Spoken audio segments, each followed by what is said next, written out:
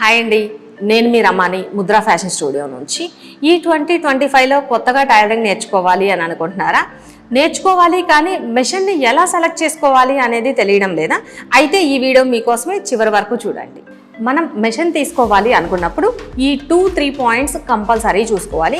Home యూసెసా లేదంటే commercial పర్పసా అనేది decide అవ్వాలి. నెక్స్ట్ వన్ వచ్చేసి మనకి easy to carry and handing చేయడానికి ఈజీగా ఉంటుందా లేదు, అలానే స్పేస్ చూసుకోవాలా అనేది కూడా చెక్ చేసుకోవాలి.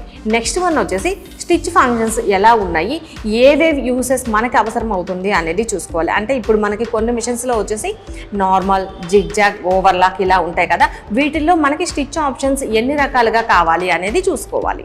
ఇంపార్టెంట్ పాయింట్ ఏంటంటే ఇప్పుడు పైన చెప్పిన అన్ని క్వాలిటీస్ ఒకే మెషిన్లో రావు. మనకి ఎలా కావాలి అనే దాన్ని బట్టి మనం మెషిన్ అయితే సెలెక్ట్ చేసుకోవాలి. హోమ్ పర్పస్కి అయితే ఎలక్ట్రిక్ మెషిన్ బెస్ట్ ఆప్షన్. దీంట్లో వచ్చేసి స్టిచ్ ఆప్షన్స్ ఎక్కువగా ఉంటాయి.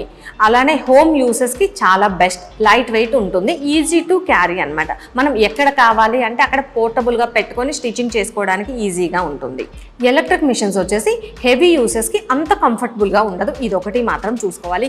కంపెనీస్ అంటే మనకి సింగర్, ఉషా, బ్రదర్ ఇలా మనం ఈ కంపెనీలో ఏదైనా సరే ప్రిఫర్ చేయొచ్చు.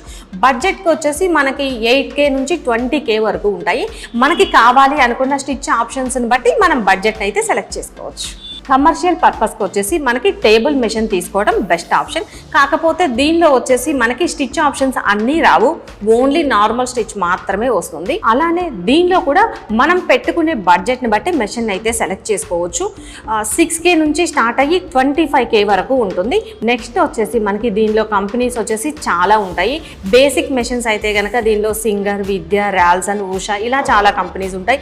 అలానే దీనిలోనే మనకి ఇండస్ట్రియల్ పర్పస్ వచ్చేసి జాకు, జుకి ఇవి కూడా ప్రిఫర్ చేయొచ్చు.